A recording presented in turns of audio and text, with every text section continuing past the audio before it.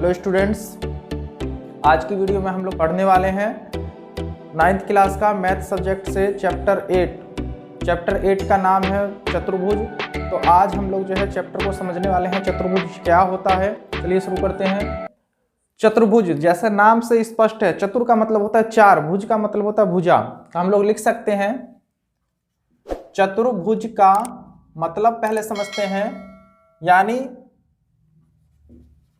चतु का मतलब चार, अब भुज का मतलब होता है भुजा। चतुर लगा सकते हैं हम इस पर, और भुजा का मतलब है, भुज का मतलब भुजा। यानी सिंपल कह सकते हैं चार भुजाओं से मिलकर बनने वाली आकृति को चतुर्भुज कहा जाता है। तो इसको लिख भी सकते हो आप। कोई परिभाषा पूछ ले तुमसे कि चतुर्भुज की परिभाषा बताओ, तो चतुर्भुज के बारे में लिख सकते हैं चतुर्भुज, लिख देंगे यहां पर चार भुजाओं से मिलकर बनने वाली आकृति को चतुर्भुज कहा जाता है। चतुर्भुज कहा जाता है। जैसे यहां पर हम चतुर्भुज एक बना भी सकते हैं। मान लीजिए इस तरीके से हमने जो है चार भुजा खींचकर बंद आकृति एक बना दिया, जिसका नाम दे दिया ए बी सी डी। तो यहाँ पे चार भुजा से बनने वाली आकृति को चतुर्भुज कह रहे हैं। तो यहाँ पर एक चतुर्भुज का निर्माण हुआ जिसका नाम है चतुर्भुज ए बी सी डी। एक चतुर्भुज बन गया ए बी सी डी, जिसके अंदर में क्या क्या होता है। तो इसके अंदर में हम देख सकते हैं चार भुजा यानी यहाँ पर हो गया साइड, भुजा को साइड कह सकते हैं। ए बी पहली भुजा साइड, दूसरी साइड बी सी, तीसरी साइड सी डी, और चौथी साइड जो है तथा करके लिख सकते हैं हम लोग, तथा ए डी। ये चार साइड मिलकर जो है चतुर्भुज का निर्माण हुआ। अब इसी में चार कोण भी बने। कोण यानी एंगल्स, कोण की बात करें तो चार कोण यहां पर जो है, कोण ए, कोण बी, कोण सी तथा कोण डी, ये यहां पे बन गया। चतुर्भुज की विशेषता अगर हम देखें तो इसमें हम और बता सकते हैं, चतुर्भुज के अंदर में दो विकर्ण भी होते हैं, दो विकर्ण। इसको लिख सकते हैं इस तरीके से, विकर्ण यानी यहां पर एक विकर्ण हम जो है AC को खींच देते हैं और एक जो है BD को, यानी यहां पर विकर्ण AC तथा BD होगा।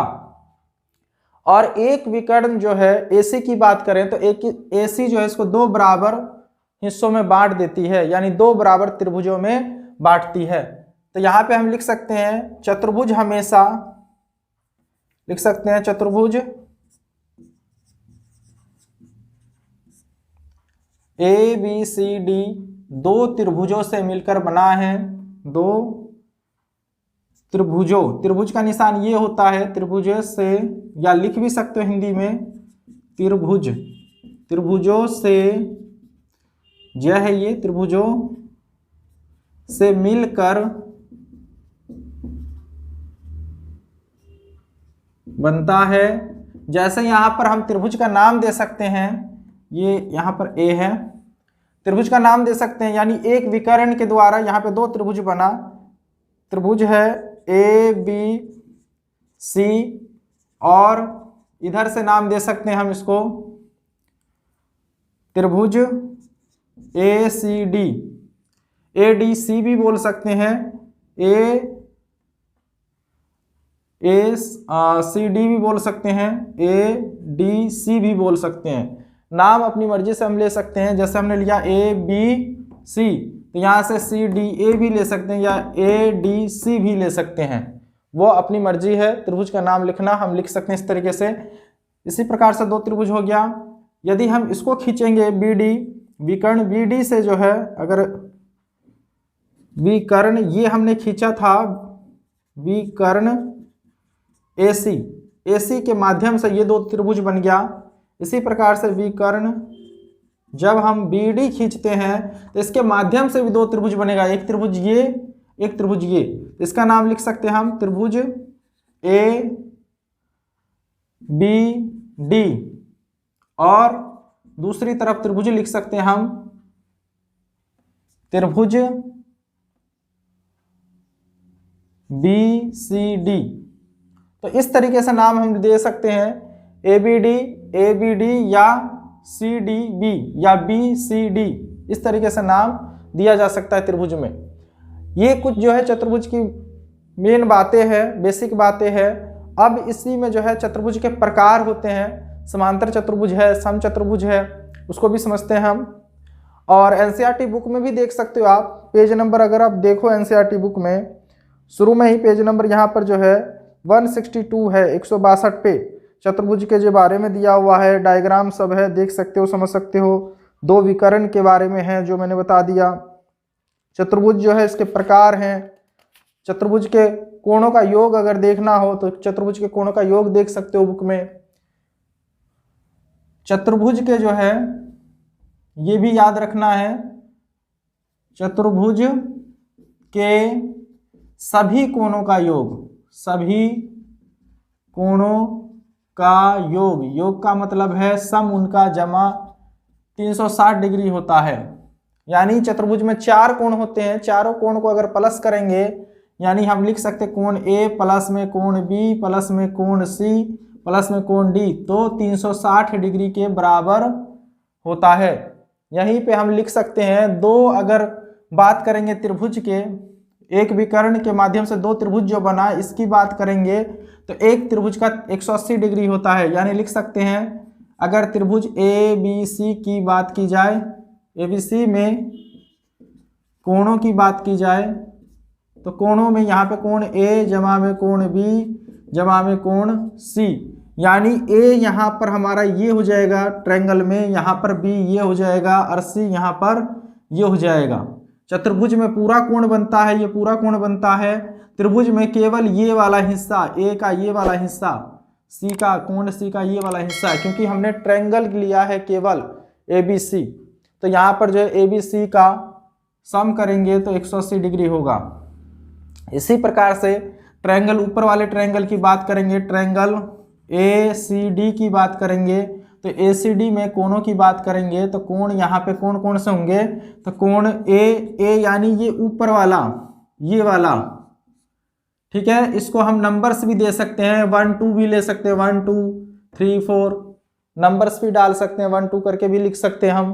तो यहाँ पे लिख सकते हैं एंगल 1, इसको ले लो, यानी 1 कहते हो तो 1 इसको ले सकते हो, 1 2 इसको, तो एंगल 1 हो गया। यहाँ पे छोटा सा मैं लिख देता हूँ एंगल 1, एंगल 2, ताकि आपको और पता लग जाए।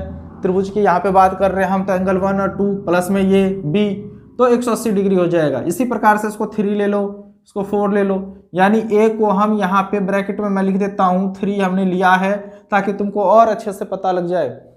इसी प्रकार से C, एंगल C जो है उसको हमने जो है 4 लिया है, एंगल C, इसको हम 4 लिख सकते हैं, ब्रैकेट में लिख देता हूँ, सेम मतलब है इसका, C कहो या 4 कहो, और प्लस में एंगल D जब करेंगे तो 180 डिग्री होगा। यानी एक चतुर्भुज में दो त्रिभुज होते हैं और जिसमें दोनों त्रिभुजों का योग 180 180 दोनों मिलकर 360 डिग्री का कोण बनाता है। अब यहाँ पर जो है चतुर्भुज के प्रकार देख सकते हो, बुक में जो है NCERT बुक में तुम्हारे को यहाँ पे प्रकार वगैरह दिया हुआ है, इसको देख सकते हो बुक में आप, पेज नंबर 165 के ऊपर में है, 164 65 पे लिखा है चतुर्भुज के प्रकार। एक चतुर्भुज में समलंब भी होता है, समांतर चतुर्भुज भी होता है, तीसरा कह सकते हो समचतुर्भुज भी एक चतुर्भुज का ही प्रकार है, वर्ग एक चतुर्भुज का प्रकार है, आयत भी एक चतुर्भुज का प्रकार है। इसी प्रकार से जो है कह सकते हो समांतर चतुर्भुज तो मैंने बता ही दिया है। एक पतंग जो है, पतंग भी चतुर्भुज है, 4 भुजा से मिलकर बना होता है। तो ये सब है इसके प्रकार है, और हम लोग जो है जब पढ़ेंगे इसको थ्योरम को भी देखेंगे, थ्योरम 1 8.1 क्या कहता है, प्रमेय जो है 8.1 क्या कहता है, कहता है किसी समांतर चतुर्भुज का एक विकर्ण उसे दो सर्वांगसम त्रिभुजों में विभाजित करता है। यानी हम थ्योरम को भी एक एक करके समझेंगे वाले हैं। नेक्स्ट क्लास जब करेंगे तो इसके गुणों के बारे में पढ़ेंगे और उसमें समझेंगे कि चतुर्भुज में क्या क्या गुण होता है, एक समांतर चतुर्भुज में क्या गुण होता है, सम चतुर्भुज में क्या होता है। और एनसीईआरटी बुक भी आप लोग देख सकते हो, पेज नंबर यहाँ पर जो है 165 पर दिया है ये सब। तो इसको हम लोग जो है 165 पेज नंबर नेक्स्ट वीडियो में हम लोग एक एक करके इस पर बात करेंगे। सम चतुर्भुज के क्या गुण है, समांतर का क्या है और समलंब क्या होता है। तो नेक्स्ट वीडियो में देखते हैं, तब तक आप इसको बेसिक को समझ सकते हो। चलिए, थैंक यू।